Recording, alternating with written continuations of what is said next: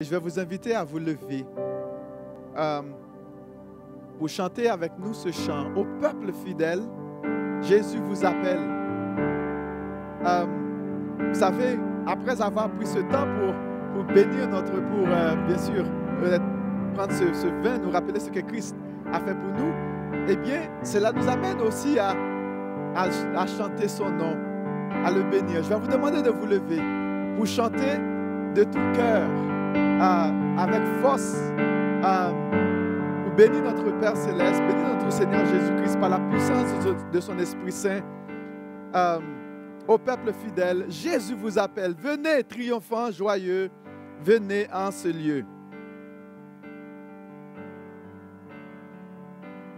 Au peuple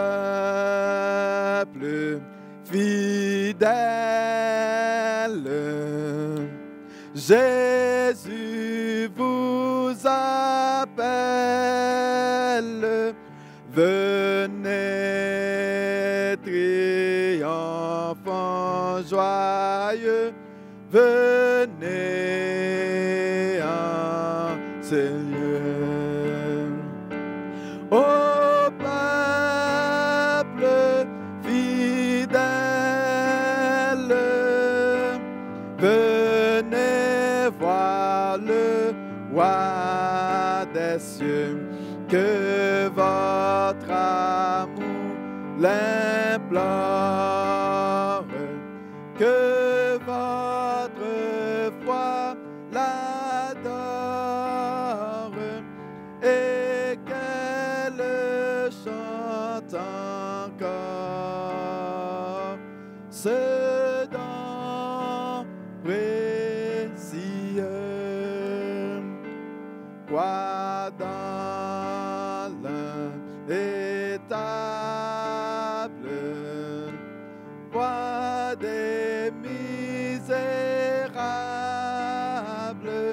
des bergers, le grand amour lui forme une cour.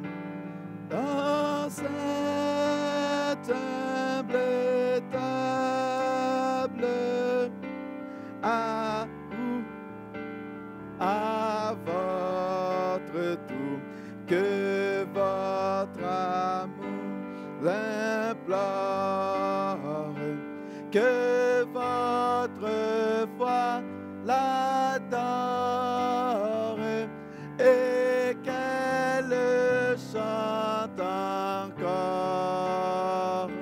sa gloire en ce jour. C'est le roi des anges, c'est le roi des anges, captif dans les langes, splendeur pure et sans dédain. C'est le roi des anges, c'est le roi des anges, voilé sous un corps humain. Que votre foi l'adore, que votre foi l'adore, et qu'elle chante encore son règne sans fin. Il vient sur la terre fléchir la colère de Dieu, notre Créateur.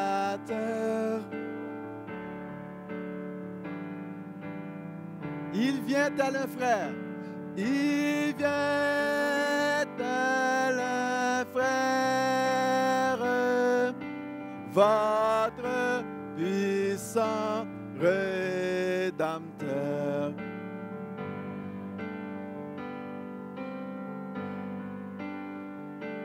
Que votre foi l'adore et qu'elle chante encore. Jésus. Merci beaucoup. Veuillez vous asseoir.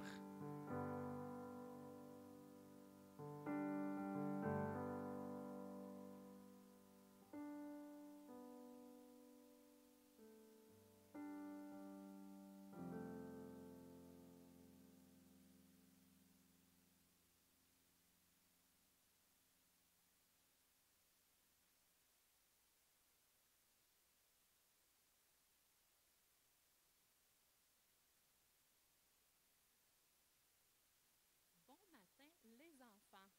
Ça va bien? Oui? Bon matin aussi aux adultes de l'Église du Mont-Bellevue et de ceux qui sont en ligne. Je suis très contente de vous voir. Alors, les enfants, cette semaine, le Seigneur m'a demandé de vous parler. Est-ce que ça vous arrive de vous dire ou d'oublier la vraie raison de Noël? Aujourd'hui, c'est difficile de se rappeler la vraie raison de Noël. Ce matin, à l'église, on parle de la vraie raison de Noël. Est-ce que c'est difficile de l'oublier? Héloïse, est-ce que c'est difficile d'oublier la vraie raison de Noël? Avec tout le train-train de Noël, les cadeaux, le sapin, les bonbons, les sucreries. Des fois, c'est difficile. Des fois, à l'école, je suis en train de lire même des histoires qui ne parlent pas de la vraie raison de Noël. Alors, ce matin, j'avais à cœur de vous parler à vous, les enfants, et de vous rappeler la vraie raison de Noël. Est-ce qu'un enfant ici dans la salle pourrait me dire la vraie raison de Noël? Pourquoi on célèbre Noël? Lucy, do you know what is the real reason for Christmas? La vraie raison de Noël? Yeah, because Jesus was born. Dans la famille Jalbert, une chose qu'on essaie de se rappeler à Noël, on essaie de se mettre plusieurs signes pour se rappeler la vraie raison de Noël. Et un qu'on a, c'est une petite pancarte comme ça qu'on met sur notre foyer dans le salon, sur notre meuble dans le salon pour se rappeler. Jesus is the reason for the season. Jésus est la vraie raison de la saison de Noël.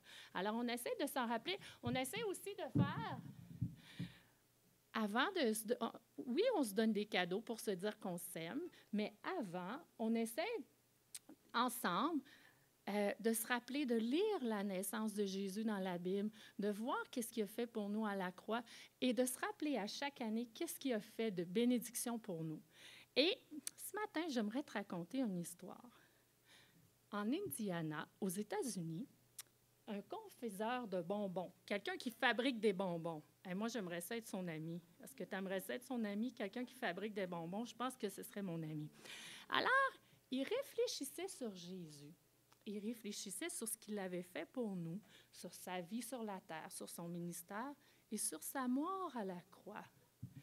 Et il s'est dit, il faudrait que j'invente un bonbon pour se rappeler Jésus. Alors, il a inventé un bonbon. Il a inventé un bonbon qu'il a appelé la canne de bonbons. Alors, la première chose qu'il voulait, c'est que cette canne de bonbons-là représente Jésus. Il y a plusieurs symboles qui représentent Jésus. La première, la lettre J pour Jésus. Alors, il voulait se rappeler ça. Ah, la deuxième, qu'est-ce que c'est ça, les enfants? C'est un bâton de berger, une houlette. Hein, les bergers s'en servaient pour rattraper les brebis quand elles s'éloignaient, pour prendre soin. Alors, Jésus est notre bon berger. J pour Jésus, qui est né à Noël, qui est venu sur la terre et qui est mort à la croix pour nous. Le bâton de berger, parce qu'il est notre berger, il prend soin de nous. Et il voulait que ça soit un bonbon qui soit dur, parce que Jésus est notre roc. Jésus est solide, c'est sur qui on peut se confier.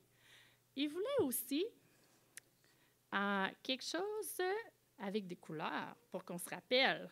Penny, est-ce que tu peux me dire la couleur que tu vois? What's the color on the candy can? Red, rouge. Premièrement, il a pensé au blanc. Il voulait que ce soit un bonbon blanc pour la pureté de Jésus. Parce que quand Jésus est né à Noël, il était un enfant pur sans péché. Et c'est pour ça qu'il a pu être notre brebis, mourir à la croix pour nous, parce qu'il était sans péché.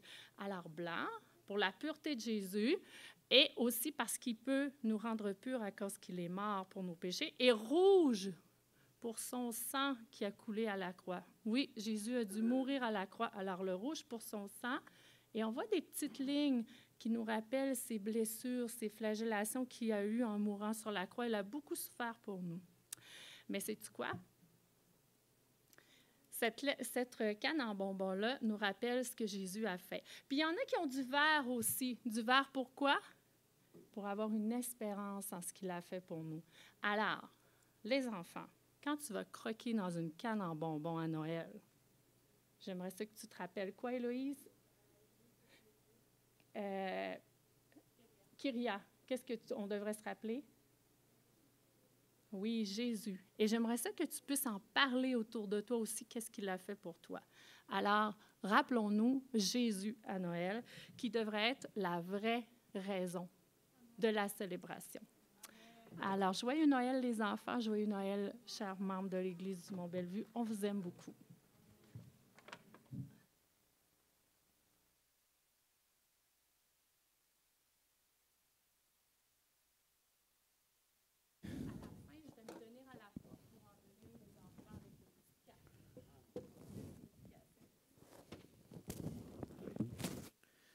Donc, bonjour tout le monde. Oh, j'ai perdu la patente dans mon...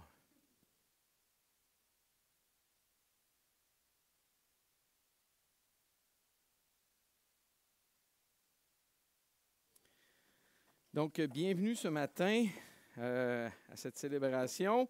Je suis content de voir qu'il y en a beaucoup qui m'ont écouté la semaine passée lorsque j'ai fait l'annonce disant qu'il y avait de la place pour venir. On a le droit d'être 25 plus 5 à 8 personnes qui sont les bénévoles. Donc, bienvenue. Puis je vous rappelle que c'est le cas, mais il faut réserver votre place. Et cette semaine même, il va probablement avoir un système en place électronique. Vous allez pouvoir aller directement sur le site de l'Église du Mont-Bellevue.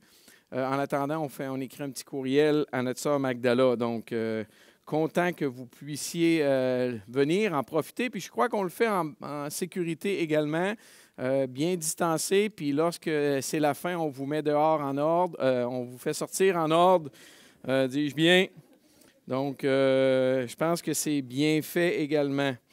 Donc, ce matin, j'aimerais ça vous parler d'un messager d'une bonne nouvelle. Et même, j'aurais dû mettre un S. Les messagers d'une bonne nouvelle. Et j'aimerais ça vous inviter à tourner dans l'Évangile de Luc. Donc, on fait une petite pause de notre étude sur l'Évangile de Marc et on va aller voir, je crois, c'est à propos ce matin, l'histoire de la venue du Seigneur Jésus sur la planète Terre. Bon, notre société a choisi que c'était le 25 décembre qu'on se souvient de ça. On n'est vraiment pas sûr quand est-ce que Jésus est né durant l'année, mais peu importe. Il y a bien des choses dans notre société aujourd'hui qui ont perdu de vue la véritable signification et nous, les croyants, on devrait pointer vers ça. Merci Yannick d'avoir pris le temps de nous rappeler l'histoire de la canne de Noël. Tout le monde va avoir des cannes de Noël chez eux cette année, je suis pas mal sûr. Donc, si on peut juste rappeler les gens, et savez-vous d'où est-ce que ça vient, ça?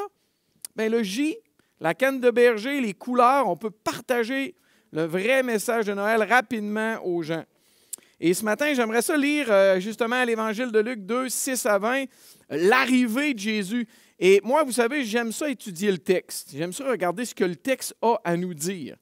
J'aime ça faire l'exégèse, l'interprétation du texte. Et vous savez, même moi, là, j'ai 52 ans, je suis chrétien depuis que j'ai 14 ans. Et j'ai découvert des détails que je n'avais jamais remarqués dans ce texte-là. Donc, je vous invite à lire avec attention le texte de la parole de Dieu avec moi ce matin. Donc, pendant qu'ils étaient là, c'est à Bethléem. Le temps où Marie devait accoucher arriva et elle enfanta son fils premier-né. Elle l'emmaillota et le coucha dans une crèche parce qu'il n'y avait pas de place pour eux dans l'hôtellerie. Il y avait dans cette même contrée des bergers qui passaient dans les champs les veilles de la nuit pour garder leurs troupeaux. Et voici, un ange du Seigneur leur apparut. Essayez de vous imaginer ça. Là. Tu gardes tes brebis là, dans un champ ou autres animaux. Là, il y a un ange qui t'apparaît. Et la gloire du Seigneur resplendit autour d'eux. Ils furent saisis d'une grande frayeur. Ils ont eu peur. Mais l'ange leur dit, ne craignez point, car je vous annonce une bonne nouvelle, qui sera pour tout le peuple le sujet d'une grande joie. C'est qu'aujourd'hui, dans la ville de David, il vous est né un sauveur qui est le Christ, le Seigneur. Et voici à quel signe vous le reconnaîtrez. Vous trouverez un enfant emmailloté et couché dans une crèche. Et soudain, il se joignit à l'ange une multitude de l'armée céleste. Ça veut dire quoi? Un paquet d'autres anges. Louant Dieu et disant, gloire à Dieu dans les lieux très hauts et paix sur la terre parmi les hommes qui l'agréent. Lorsque les anges les eurent quittés pour retourner au ciel, les bergers se dirent les uns aux autres, allons jusqu'à Bethléem et voyons ce qui est arrivé, ce que le Seigneur nous a fait connaître. Ils y allèrent en hâte et ils trouvèrent Marie et Joseph et le petit enfant couché dans la crèche. Après l'avoir vu, ils racontèrent ce qui leur avait été dit au sujet de ce petit enfant. Tous ceux qui les entendirent furent dans l'étonnement de ce que leur disaient les bergers. Marie gardait toutes ces choses et les repassait dans son cœur, et les bergers s'en retournèrent, glorifiant et louant Dieu pour tout ce qu'ils avaient entendu et vu, et qui était conforme à ce qui leur avait été annoncé. Seigneur, ce matin, on te prie que tu rouvres nos cœurs à ta parole et que tu nous aides à la comprendre et à l'appliquer à notre vie dans cette saison de Noël, cette année. On te le demande au nom de Jésus. Amen. Qui d'entre vous est né dans une famille riche ou connue ou importante ici-bas sur Terre? Y en a-tu? Oui, toi, hein? Tu es dans la famille Prince-Civil. Oui. C'est sûr. Il y a une personne. Il y a des gens célèbres ici? Oui, hein? Notre sœur est née dans une famille célèbre. Vous comprenez que c'est intéressant. Tout le monde connaît la famille royale en Angleterre. Hein? Probablement sur la planète Terre, c'est peut-être une des familles les plus connues. Mais ce qui est intéressant, c'est qu'en général, ce n'est pas le cas de personne ou beaucoup de monde. Parce que, tu sais, des gens connus sur planète Terre, là, il y en a une poignée, puis on est des milliards. On a à peu près 8 milliards d'êtres humains. Ça, c'est 8 000 millions de personnes sur la planète. Et vous savez, c'est facile pour nous de pouvoir s'identifier à l'histoire qu'on est en train de lire ce matin. Pourquoi? Parce que ça parle de personnes bien simples, des bergers. Ça parle d'une famille juive, Marie et Joseph, qui étaient ils n'étaient pas des riches. Joseph, c'était un charpentier, il travaillait le bois, etc. Bref, Jésus est arrivé sur terre d'une façon, on pourrait dire, assez surprenante. Vous savez, il est né dans une étable, puis on a couché le bébé Jésus dans une crèche. Il est né à la ferme. Puis ils ont couché Jésus dans une mangeoire pour animaux. Et Yannick et moi, on a eu la chance d'aller en Israël quelques fois déjà, et on a vu c'est quoi ressemblaient les mangeoires d'animaux. Vous savez, ici au Québec, on s'en fabrique. Je n'ai déjà fabriqué même pour l'Église en bois. Mais à l'époque, ce n'était pas comme ça. En fait, une mangeoire d'animaux, ça ressemblait à ça. C'était pas en bois, c'était fait en roche. On avait creusé dedans. Et j'ai même pris une plus belle encore avec une plus belle personne dedans, Yannick. Hein? Ça, c'est une vraie mangeoire qui servait pour nourrir les animaux à l'époque. On mettait de la nourriture, du grain, du foin, puis là, les animaux venaient manger. Et vous savez, ça avait l'avantage d'être solide. Hein? Ça pouvait durer longtemps. J'en ai même vu qui datait du temps du roi Salomon. Ça, là, c'est très longtemps avant Jésus, là. Presque 1000 ans avant Jésus. Et c'était très solide. Donc, ce n'était pas dangereux qu'elle tombe à terre, la petite crèche, au moins, mais ça ne devait peut-être pas être la place la plus propre non plus. parce que les animaux venaient manger, là, puis je vous laisse imaginer toute la bave qui coulait, etc. Bon, reste là, toi. Vous comprenez l'idée. Mais Jésus a été mis dans une chose comme ça, probablement confortable. Ils ont dû mettre de la paille ou du foin, puis ils ont mis le bébé Jésus dans ses langes, c'est-à-dire dans ses petits draps-là pour le couvrir puis le garder bien au chaud. Donc, Jésus n'est pas né dans un grand palais du roi, là, Hérode de l'époque. Il est né à la ferme.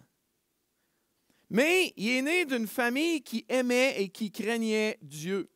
Je pense que Marie et Joseph, c'était des gens qui aimaient beaucoup Dieu. Et leur réaction, quand l'ange est venu leur dire « Hey, tu vas avoir un enfant », est très, très belle. J'ai mis celle de Marie en premier. Marie dit, « Je suis la servante du Seigneur, qu'il me soit fait selon ta parole. » Et l'ange la quitta. Hey, l'ange est venu le voir, elle dit, « Garde, Dieu, le Saint-Esprit va venir sur toi, tu vas devenir enceinte, tu vas avoir un fils. » Hey, je ne suis pas mariée, moi, là, comme ça marche. C'est Dieu qui va venir sur toi. Et Marie a dit quoi?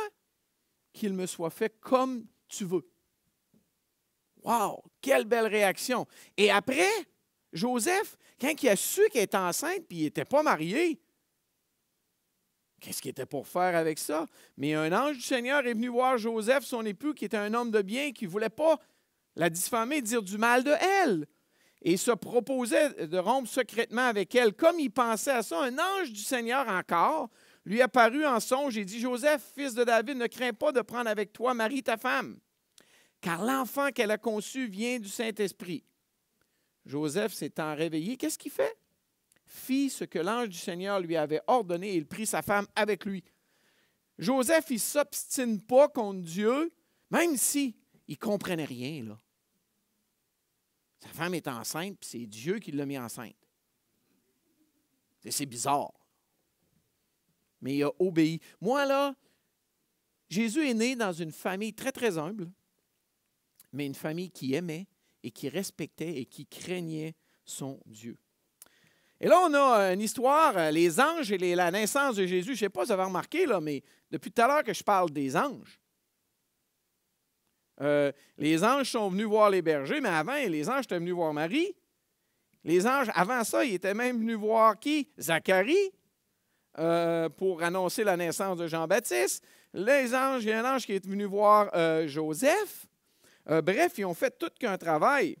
Mais l'idée, c'est que, vous savez quoi? Il y avait une naissance, là.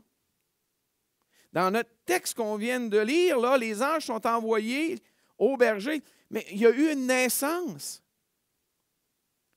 Trevor, en passant, notre frère Trevor, son épouse Rebecca vont nous quitter au début janvier, le 6, je crois, pour partir être missionnaire en Afrique, servir le Seigneur là-bas en tant que médecin, puis missionnaire pour partager l'Évangile. Vous pouvez prier pour eux. Mais lorsque les enfants sont nés, est-ce que tu as gardé cette nouvelle-là juste pour toi et Rebecca? Tu as fait quoi? Il l'a dit à tout le monde. On fait tous ça. Et le papa de Jésus, le vrai papa de Jésus, c'est Dieu. Il ne pouvait pas garder ça pour lui. Hey, mon fils est né, il fallait qu'il le dise. C'était une nouvelle extraordinaire et vous savez, on fait tout pareil. Et Dieu était pareil. Il a envoyé les anges. Et les anges, c'est qui? Ce sont des serviteurs de Dieu, tout simplement. Et Dieu demande aux anges d'aller annoncer cette bonne nouvelle aux êtres humains. Bref, Dieu utilise sa création pour communiquer le message. C'est vrai, il aurait pu le faire lui-même. Dieu a parlé directement aux hommes, et je pense entre autres à Moïse. Dieu parlait directement, mais il a choisi d'utiliser sa création pour communiquer la bonne nouvelle. Et je m'imagine aussi les anges, peut-être, qui ont été fort surpris de leur mission. Dieu qui lui dit, « Hey, mon fils est né, vous avez vu sur la terre, allez l'annoncer. » « Ah, on y va, c'est correct. À qui? Allez voir les bergers. » Quoi, les bergers?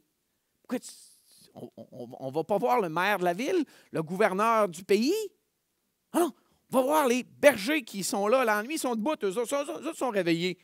Va les voir, va leur dire la bonne nouvelle. Ah oui? OK. Vous savez, les bergers, en plus, ce n'était pas le métier le plus wow, hein? Souvent, c'est des personnes même, excusez, là, ils puent un peu. Ils passent leur journée à travailler avec des moutons. Moi, j'ai des amis qui sont cultivateurs, qui ont des fermes. Un moment donné, même, je me souviens d'avoir été dans une ferme. Eux autres, c'est une ferme porcine. Là, ils m'ont passé tout qu'un vêtement. On a passé du temps à travailler. J'étais à l'école biblique dans la ferme, puis en rentrant, ils m'ont dit « Va prendre ta douche. » Ah oui, ben pourquoi? Ben, c'est à cause que tu sens. Ben non, mais je ne sens pas. Oh oui, tu sens. Va prendre ta douche. Mais c'est normal, ils travaillent avec les animaux. Mais Dieu a décidé d'utiliser ces personnes-là. En fait, je crois que Dieu il aime beaucoup les bergers. Moïse était berger, hein? Quand Dieu l'a appelé. Le roi David, vous saviez, c'était quoi son métier avant? C'était berger, hein? Il y a une belle chanson en anglais qui dit « When others see a shepherd's boy, God may see a king. » Quand d'autres voient le garçon un berger garçon, là, Dieu voit un roi. Wow! Dieu il aime les bergers. Dieu il aime les gens qui sont humbles. Bref, les anges ne sont pas envoyés aux grands, aux anciens de la ville de Bethléem. « Hey, dans votre ville, réveillez-vous, il y a une super grosse naissance. » Non, il envoie ça aux bergers. Et Dieu veut le dire aux bergers. En général, Dieu utilise des gens de condition humble pour partager son message. Je pensais même à un passage, Paul il dit « Considérez, frères, que parmi vous qui avez été appelés, il n'y a ni beaucoup de sages selon la chair, ni beaucoup de puissants, ni beaucoup de nobles. » Il y en a eu. Je pense à l'apôtre Paul qui était parmi les Juifs un grand, mais en général, Dieu aime ça utiliser des gens simples, des gens comme vous et moi, tout simplement. Cette histoire-là, j'appelle ça aussi, c'est une question de communication. Dieu, comme je l'ai dit, a utilisé beaucoup les anges pour parler aux bergers, à Marie, à Joseph, à Zacharie, etc. Et Dieu va utiliser les bergers pour le dire aux autres. C'est une question de communication. Dieu a une bonne nouvelle. Il dit aux anges, ses serviteurs, allez le dire à tout le monde sur la terre. Ils vont le dire aux bergers. Les bergers font quoi? Bien, ils vont le dire aux autres. Et je crois qu'il y a une belle leçon pour chacun d'entre nous ici aujourd'hui qui va super bien avec ce que Yannick nous a parlé. Dieu veut nous utiliser. Dieu veut utiliser toi et moi, petits et grands, pour communiquer ce message-là. Le message de la venue de Jésus. Et la suite de l'histoire nous parle de c'est quoi au juste le message. Quel est le vrai message de la naissance du Seigneur Jésus? On a une réaction, on l'a lu tout à l'heure, quand les anges sont arrivés au berger, ils ont eu peur. Puis probablement que si un ange apparaissait ici, là, il y aurait un paquet de monde qui, les filles se mettraient toutes à crier « Ah! » Puis les gars, ils auraient peur aussi. Vrai? Probablement. Ils ont eu peur, mais l'ange, la première chose qu'elle a dit, elle dit quoi? Craignez pas. Bref, ayez pas peur. Je vous annonce une bonne nouvelle. Et j'aimerais ça, j'ai regardé c'est quoi ce message-là. Le premier point, c'est justement une bonne nouvelle. Le texte dit, je vous annonce une bonne nouvelle qui sera pour tout le peuple le sujet d'une grande joie. C'est Dieu qui le dit, c'est une naissance là, bien, bien spéciale. Puis il le dit après, il vous est né. Il y a eu une naissance particulière. Le message qu'on doit communiquer à Noël, là, il y a plusieurs points. Mais premièrement, c'est une très, très bonne nouvelle. Et souvent, quand il y a une bonne nouvelle, c'est quelque chose qu'il y en avait une mauvaise avant. Quand quelqu'un est bien malade, puis je vais voir, « Hey, j'ai une bonne nouvelle. » Ça veut dire quoi? Il y a peut-être une guérison, il y a peut-être un remède pour contrer la mauvaise nouvelle. Je vous annonce une bonne nouvelle, ça va être un sujet de grande joie. Puis on va voir les détails de ça. Une naissance qui est là, puis comme je vous disais tout à l'heure, toute naissance, c'est un sujet de joie. Puis là, il va dire, dans la ville de David. Pourquoi l'ange dit ça? Regarde, il peut bien être né à Bethléem ou à Sherbrooke, que Jésus vienne sur terre, c'est génial, non? Mais il y avait de quoi d'important? Parce que l'Ancien Testament nous le disait. Et j'ai mis à l'écran le verset Michée, le prophète Michée au chapitre 5, il dit « Et toi, Bethléem, Ephrata » Ephrata, ça veut dire des Éphratiens, les gens de la tribu d'Éphraïm. « Petite entre les milliers de Juda, de toi sortira pour moi celui qui dominera sur Israël et dont l'origine remonte aux temps anciens, au jour de l'éternité. » Et les Juifs attendaient Jésus, pas dans le mot Jésus, mais ils attendaient un libérateur qui viendrait de Bethléem. Les Juifs, quand les mages sont arrivés, ils l'ont dit à Hérode. Hérode est allé chercher les Juifs et dit « Oh, il faut qu'ils naissent à Bethléem. » Ils le savaient, ils l'attendaient, la ville de David. C'est pour ça qu'ici, c'est écrit dans la ville de David. Et il y a d'autres versets, il y a plein de versets qui nous parlent de cette ville-là. J'en ai trouvé quelques-uns, mais je pense en 1 Samuel. David, qui était chez le roi Saül à l'époque, revint à Bethléem pour faire paître les brebis de son père. Parce qu'il venait de Bethléem, la ville de David, la ville de Bethléem. Donc, c'est important ce petit détail-là. Puis là, c'est écrit « Il vous est né ». Le « vous » est important. Le « vous », c'est l'ange qui parle au berger, mais ils ne sont pas parents de Jésus, non. Il est en train de parler aux êtres humains, principalement aux Juifs, puis par extension à toute la race humaine. Il dit « Il vous est né ». C'est à vous autres qu'il y a eu cette naissance-là. C'est pour vous autres, cette naissance-là. Le « vous », souvent on l'oublie, là. Ce n'est pas juste un grand homme qui est né, là. Il vous est né, c'est pour vous autres. Ce sauveur-là qu'il est né. Puis là, il va dire justement le fameux mot « un sauveur ». Chers amis, c'est pas juste un grand homme qui est né. C'est pas juste Gandhi ou un autre grand de ce monde. Puis il y en a eu des grands hommes. Tu sais, je pense même à Mère Teresa. Ce qu'elle a fait, c'est incroyable. Je pense l'autre en Afrique du Sud, là, comment il s'appelait? Je vais le dire. Oui, Nelson Mandela. Pour avoir vu certaines de ses réactions, c'était « Wow, c'est un grand homme! » Mais ce n'est pas juste un grand homme qui est né. C'est écrit quoi? Si on veut vraiment communiquer le message de Noël, il vous est né un sauveur. Ce n'est pas un grand homme.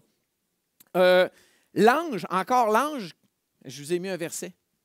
L'ange qui a parlé à Joseph a dit « Elle mettra au monde un fils et tu lui donneras le nom de Jésus, car c'est lui qui sauvera son peuple de ses péchés. » Matthieu 1. L'ange n'a pas dit il va naître un grand être humain, là, ça va être un grand homme qui va vous parler de l'amour. Non. Il vous naîtra un sauveur, quelqu'un qui va venir sauver son peuple.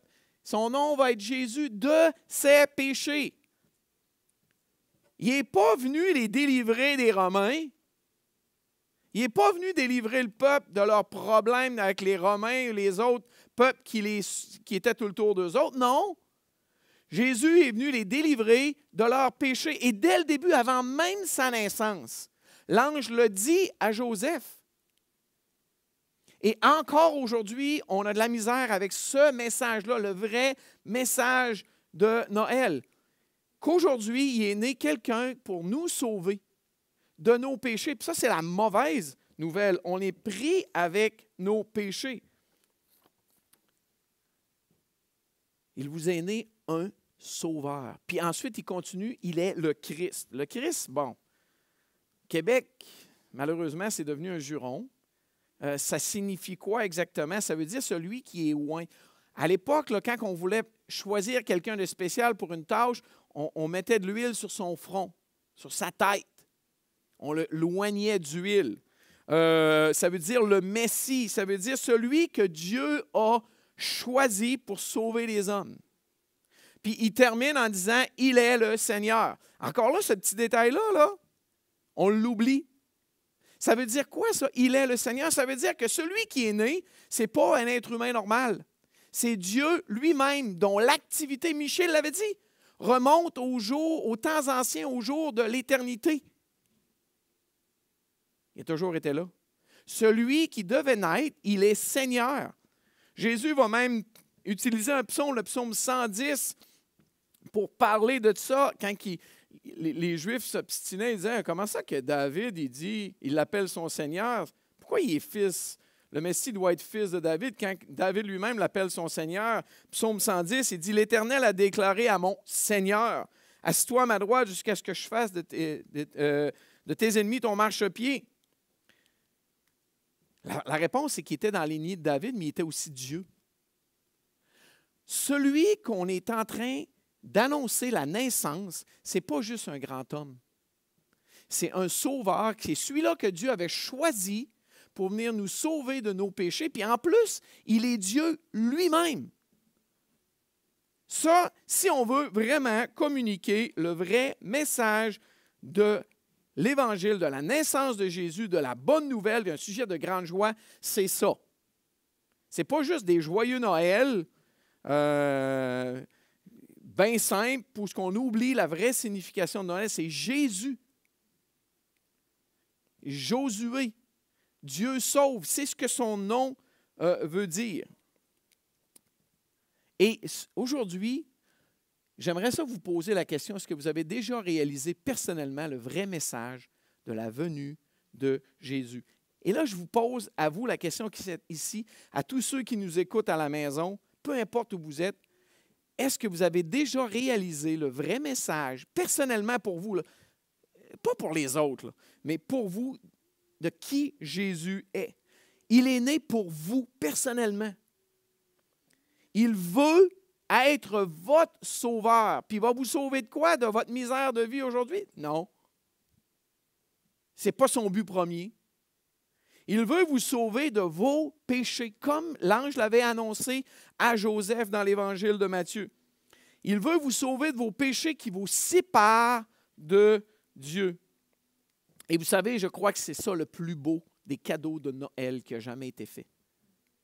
Dieu est né sur terre. Ce n'est pas un homme, c'était Dieu lui-même. Il est venu nous annoncer une grande nouvelle extraordinaire. C'est qu'on peut être sauvé de nos péchés. Puis nos péchés nous séparent de la personne de Dieu. Est-ce que vous voulez cela pour vous aujourd'hui même? Si oui, c'est simple, reconnaissez, confessez vos péchés à ce Dieu-là. Reconnaissez vos fautes devant ce Dieu-là. Reconnaissez que Jésus est mort, et plus tard, à Pâques, 33 ans après, il va mourir sur la croix. Reconnaissez qu'il a fait ça. Il est venu sur terre, il est venu sans péché, comme Yannick l'a dit, la couleur blanche, la pureté de la canne de Noël, et qu'il est mort sans péché, a versé son sang pour vous. Reconnaissez-le. Dites-le à Dieu et goûtez au pardon de Dieu. Dites-le que vous croyez, que vous mettez votre foi dans ce Jésus-là. C'est le message de Noël, le vrai message de Noël. Les autres détails, il y a des choses bien importantes dans la vie, mais ça, c'est le centre, c'est le cœur. Est-ce que Dieu vous a vraiment sauvé de vos péchés? Il veut le faire. Mais vous devez le confesser, le reconnaître, lui demander de venir dans votre vie, croire en lui, bref. Et si vous avez déjà cru à ça, je vous poserai la question suivante. Quelle devrait être votre réaction maintenant à l'écoute de cette bonne nouvelle? Et moi, j'aimerais vous suggérer les réactions qu'on a vues dans notre texte. La première, c'est d'imiter les anges, au verset 13 et 14. Et soudain, après avoir annoncé ça, là, hey, il va vous naître. Il est né quelqu'un d'incroyable, un sauveur, celui-là que Dieu avait choisi, c'est Dieu lui-même qui est né. Puis après avoir annoncé ça, vous savez quoi? Il y a un paquet d'autres anges qui sont arrivés, puis on dit « Louez Dieu, gloire à Dieu dans les lieux très hauts et paix sur la terre parmi les hommes qui l'agréent. » On va le chanter, je crois, tout de suite après, hein, Jean-Marc? C'est le fameux chant « Gloria in excelsis Deo », c'est du latin qui veut dire la même affaire qu'on vient juste de lire là. Les anges, après avoir annoncé cette nouvelle-là, il dit « Hey, vous savez la naissance qui est venue là? C'est Dieu lui-même qui arrive. Il veut vous sauver de vos péchés. C'est une super bonne nouvelle. » Puis un paquet d'autres anges sont arrivés, puis là, ils ont fait un concert. Puis là, c'est pas écrit qu'ils ont chanté. Peut-être qu'ils ont chanté, peut-être qu'ils ont juste parlé. Je ne sais pas. Mon feeling, c'est qu'ils ont chanté. Mais ils ont chanté « Gloire à Dieu dans les lieux très hauts et paix sur la terre aux hommes et paix sur la terre. » Paix, pourquoi? Parce qu'on est pardonné de nos fautes. Si vous avez reconnu ça, imitez les anges. Si vous avez reconnu ça, imitez les bergers. Les bergers, eux autres, là, après, qu'est-ce qu'ils ont fait? Après l'avoir vu, ils racontèrent ce qui leur avait été dit au sujet de ce petit enfant. C'est notre défi aujourd'hui. de raconter à tous l'histoire, la vraie histoire de Noël. Pardon. De raconter que Jésus, c'est Dieu qui est né, qui est le sauveur de nos péchés. Et si on réalise ça, vous savez quoi? On va faire comme les bergers au verset 20. Les bergers s'en retournèrent, glorifiant et louant Dieu pour tout ce qu'ils avaient entendu et vu et qui était conforme à ce qui leur avait été annoncé. Comme les bergers, on devrait glorifier Dieu. Comme les bergers, on devrait raconter aux gens tout autour de nous autres cette bonne nouvelle-là. Les bergers, quand ils ont entendu ça, ils n'ont pas dit « Ah, c'est cool, bon, on va continuer de s'occuper de nos moutons. » Ils sont partis à la course à Bethléem, voir ce qui leur avait été annoncé était vrai. Et vous savez, vous avez des Bibles. Allez l'annoncer, cette bonne nouvelle extraordinaire. Racontez aux gens tout autour de vous. Yannick vous a donné un truc, parlez de la canne de Noël, qui va vous mettre dans le sujet. Je crois que Dieu veut nous utiliser cette année. C'est mon défi ce matin pour partager le vrai message de Noël avec les gens qui nous entourent. Comme il est annoncé dans ce texte de l'Évangile de Luc, pas juste un grand homme, un sauveur, une bonne nouvelle qui va nous pardonner, qui fait en sorte qu'on est pardonné de nos péchés. Il nous sauve de nos péchés. Qu'on puisse donc, je vais inviter l'équipe de louange à venir me joindre, qu'on puisse donc élever nos voix à Dieu pour le louer, pour qu'est-ce qu'il a fait. Et s'il vous plaît, trouvons-nous des occasions dans ce temps de Noël de partager la bonne nouvelle de Sauveur, de nos péchés qui est né, qui est venu sur terre il y a 2000 ans. Amen. Gloire à toi, Père, parce que tu nous as envoyé ton propre Fils, lui qui était Dieu, lui-même sur planète Terre, et on veut te louer pour ça. Donne-nous des occasions de vraiment ouvrir la bouche pour toi dans ce temps des fêtes, pour annoncer la bonne nouvelle qu'un Sauveur nous a aidés, pour nous pardonner de nos péchés, pour nous réconcilier avec toi. Gloire à toi, sois béni, Père. On te loue en Jésus. Amen.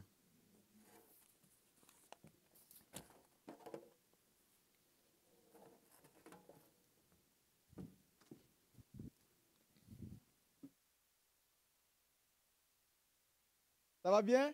Vous êtes dans la joie? Alors, je vais vous demander... voilà, c'est bien comme ça. Moi, je vais prendre un tam-tam. C'est vous qui allez chanter. Et moi, je vais jouer du bon tam-tam. Et puis, on va chanter ensemble. Écoutez le chant des anges. Comme les anges ont chanté, qu'est-ce que nous allons faire? Nous allons chanter aussi. Et je vais vous demander de chanter avec beaucoup de joie, beaucoup de force, hein? Comme les anges l'ont fait, n'est-ce pas? Beaucoup plus de vie. Mais je vais vous demander de taper la main là. Ah ben? Vous avez la main, hein?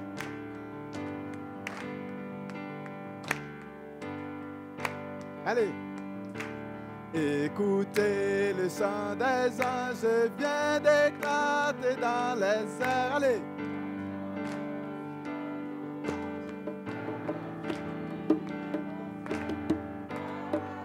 Paix sur la terre.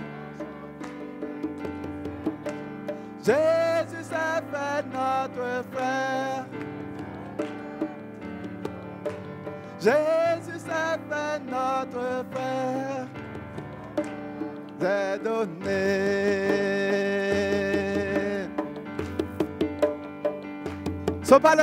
Son palais est inétable.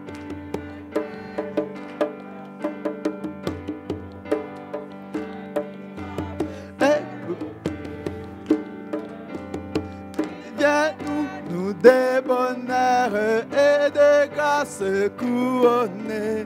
Jésus s'est fait notre frère. C'est donné.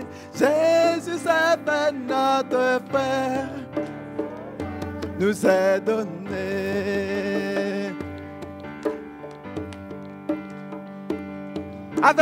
Avec vous.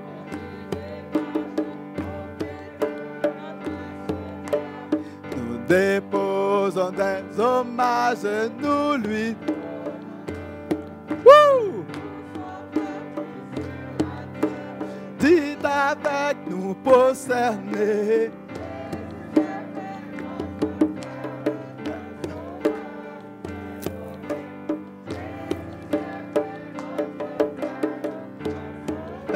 nous est donné.